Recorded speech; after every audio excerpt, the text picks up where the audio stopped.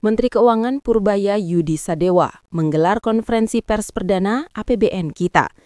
Ia menegaskan, defisit APBN 2025 tetap terkendali di kisaran 1,35% terhadap produk domestik bruto.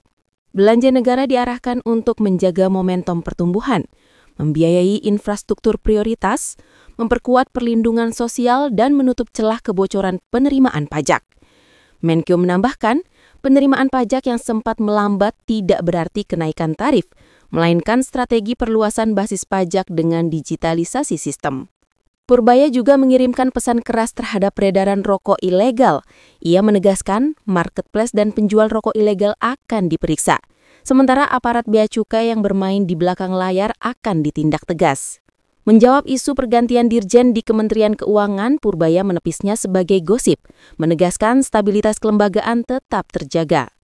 Terkait wacana pembentukan Badan Penerimaan Negara, ia menyatakan belum diperlukan, karena koordinasi antar direktorat saat ini dinilai masih efektif. Kabarnya seluruh dirjen Kemenkyu mau diganti, kecuali DJP.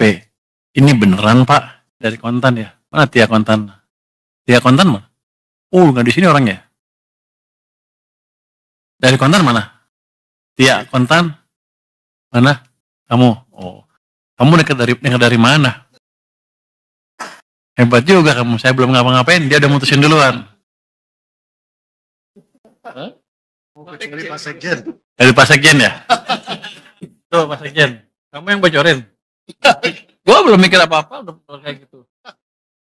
Jadi belum ada keputusan apa-apa, Mbak. Itu apa? Itu gosip.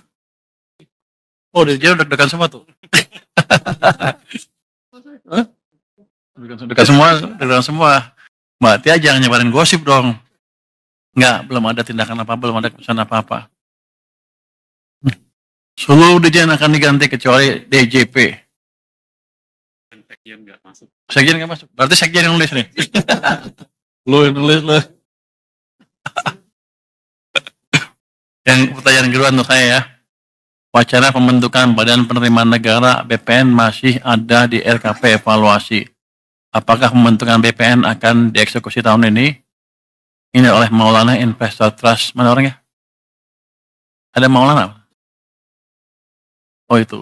Kalau nggak berani gini. Pengen nanya tapi nggak berani ini, nggak ngaku ya. Takut ya. Jadi kelihatannya sih sampai saat sekarang saya belum memikirkan apakah ada Badan Penerimaan Negara atau belum. Apalagi mengingat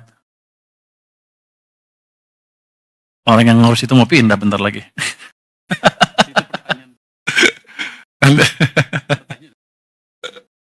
Nanti ada tanya Pak.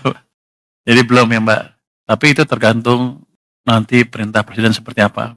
Tergantung hasil diskusi saya dengan Presiden seperti apa. Tapi untuk sementara sih kalau saya lihat sih belum perlu. Sampai kita semuanya sudah stabil. Yang jelas kita akan optimalkan dulu pendapatan dari bea cukai maupun pajak. Nanti kalau udah dioptimalkan hasilnya belum bagus juga, baru kita pikir untuk bentuk itu. Tapi sekarang sih belum saatnya. Masih ada kelemahan-kelemahan di sistem baik pajak maupun bea cukai yang bisa diperbaiki. Jadi dengan desain yang ada saya mau lihat kalau dijalankan dengan optimal berapa kenaikan cukai maupun pajak kita. Kalau itu masih terlalu rendah, baru kita berpikir ke arah sana. Tapi rasanya sampai sekarang belum. Dalam sesi tanya-jawab, Purbaya ditanya mengenai kebijakan untuk memperbaiki performa penerimaan negara, termasuk penerimaan pajak yang belakangan terkontraksi. Ia menegaskan bahwa pelemahan penerimaan hanya bersifat sementara akibat kondisi global dan harga komoditas. Untuk memperbaikinya, pemerintah akan memperluas basis pajak, melakukan digitalisasi menyeluruh, memperkuat penegakan hukum bagi wajib pajak bandel, serta memastikan koordinasi fiskal dan moneter tetap selaras dengan pertumbuhan ekonomi. Apa kebijakan quick win dari Pak Menkyu untuk memperbaiki performa penerimaan negara termasuk penerimaan pajak yang belakangan masih terkontraksi? Yang pertama ya, penerimaan pajak terkontraksi karena ekonominya tumbuhnya lebih lambat dibanding perkiraan. Kalau di bulan keempat, Oktober, November, Desember masih keburu ya, dengan pemberian stimulus tadi. Ini siapa sih? Surya Bisnis Indonesia. Mana Surya? Kamu lagi? Kamu Maulana kamu juga? Sebelumnya. Jangan-jangan itu karena nama. Jadi saya sih optimis ketika nanti impact dari kebijakan kita melonggarkan kondisi likuiditas sistem itu harusnya Oktober, November, Desember akan tumbuh cepat ekonominya. Itu yang pertama. Otomatis pajaknya juga akan lebih baik. Jadi saya naikin pendapatan bukan dengan menaikkan tarif, tapi mendorong aktivitas ekonomi supaya pajak saya lebih besar. Anda juga nggak kerasa bayarnya, kira-kira. Tapi kalau ekonominya tumbuh kenceng kan, Anda bayar pajaknya happy, ya kan? Itu yang kita kejar. Yang kedua, kita punya list 200 penunggak pajak besar. Itu yang sudah inkrah. Kita mau kejar yang eksekusi, itu tagihannya sekitar 50-60 triliun rupiah. Dalam waktu dekat, ini akan kita tagih, dan mereka nggak akan bisa lari. Yang berikutnya, kami juga melakukan penegakan hukum ya untuk serius non-compliance dengan memakai kerjasama dengan Kejaksaan Agung, Polisi, KPK, dan BPATK. Terusnya, ada pertukaran data juga dengan Kementerian Lembaga untuk mempermudah kami menarik pajak ya. Kemudian Cortex. Tadi saya minta Dirjen Pajak untuk tulis. Di sini nggak ada Cortex. Kenapa nggak ditulis? Pada dasarnya saya akan lihat Cortex seperti apa. Keterlambatan dari Cortex akan kita perbaiki secepatnya dalam waktu 1 bulan harusnya bisa. Itu IT, problemnya IT. Nanti saya bawa jago-jago IT dari luar yang bisa memperbaiki itu dengan cepat. Terus untuk cukai, kan kemarin saya ngomong tentang cukai rokok itu ya. Kami sudah panggil tuh marketplace seperti apa? Bukalapak, Tokopedia, apalagi Blibli semua untuk menghimbau untuk menjalankan untuk tidak mengizinkan penjualan barang-barang ilegal dalam hal rokok ya.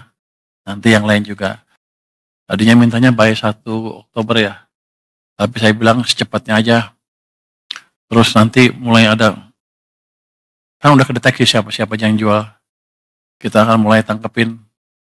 Jadi yang mau jual harus berhenti, jangan jual lagi. Itu saya harapkan bisa mengurangi konsumsi rokok ilegal. Kami juga akan cek ke ininya, supplier bukan di situ aja, di warung-warung katanya ada juga pertoples murah gitu ya. Kita akan cek. Yang jelas, teman-teman tolong sebarkan bahwa siapapun yang jual ilegal, rokok ilegal di tempat mana, saya akan datangin secara random. Yang lain lagi adalah itu kan kalau kita import ada jalur hijau ya. Jalur hijau biasanya nggak diperiksa tuh. Nggak tahu rokok ilegalnya masuk lewat situ apa enggak. Tapi saya akan random cek. Walaupun jalur saya akan random cek, nggak ngeganggu jalur cepatan, tapi terdeteksi kalau ada kecurangan. Mungkin ya dalam waktu dekat kita akan dapat banyak orang di situ tuh. Nanti yang terlibat kita akan sikat, termasuk kalau ada yang terlibat dari Bea Cukai maupun orang Departemen Keuangan. Tapi saya harapkan dengan itu nanti 3 bulan ke depan sudah hilang. Karena kan siklus impor kan 3 bulan kira-kira ya. Jadi kita harapkan semuanya mengikuti aturan yang ada dengan benar. Jangan coba-coba mengakai lagi aturan impor yang ada di sini. Itu mungkin short term quick win yang akan kita desain dalam waktu 1 bulan ke depan. Konferensi pers perdana ini menegaskan gaya komunikasi Purbaya, teknokratik dalam angka, tegas dalam penegakan hukum, hati-hati dalam restrukturisasi, serta cepat meredam rumor. Pesannya jelas, fiskal terkendali, penerimaan diperkuat, dan kebocoran negara harus ditutup.